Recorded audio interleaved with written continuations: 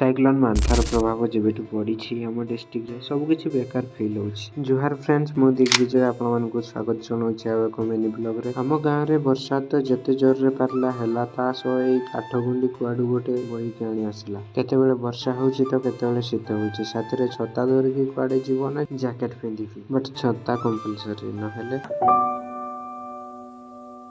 खरा टिके टिके देवा आरंभ करिबार मु जैकेट खोली बाहर गली बिल आड़े सांगरे छता धरिकी, कहीं ना वर्षार भरोसा नहीं। तो एगुड़ा होछि आमरी बिल, सेथिरे बडू काकांकर मध्ये अछि। एई जो तारोटी आपण माने देखि पारुछन्ती, एइटा होछि झटका, स्पेशली हाथी मानक पय। एई झटका कारणर हाथी मानकर उपद्रव नाही। अदरवाइज जानती हाथी माने कोन करन्ती धान गुड़िक सहित। पवन कारणर धान हेइथिबा एई गछ गुड़िक एमिति ढली जाय, जा द्वारा धान खराब हो जाय। एटा जो कुओ देखि पारुछन्ती, मो दादा माने एई कुओ करैथिले जस्ट बिकज तांकरी समय रे पानीर सुविधा मध्य भल भाବରେ नथिला। खरा दिन रे लोकमानक ठारू आरंभ करिकि वन्य जीवजंतु समस्ते यूज करुथि। वर्तमान समय रे जेमिति दुर्नीति लोकमानक सह चालिछि, सेमिति दुर्नीति एई बाली गुड़िकु करन्ति।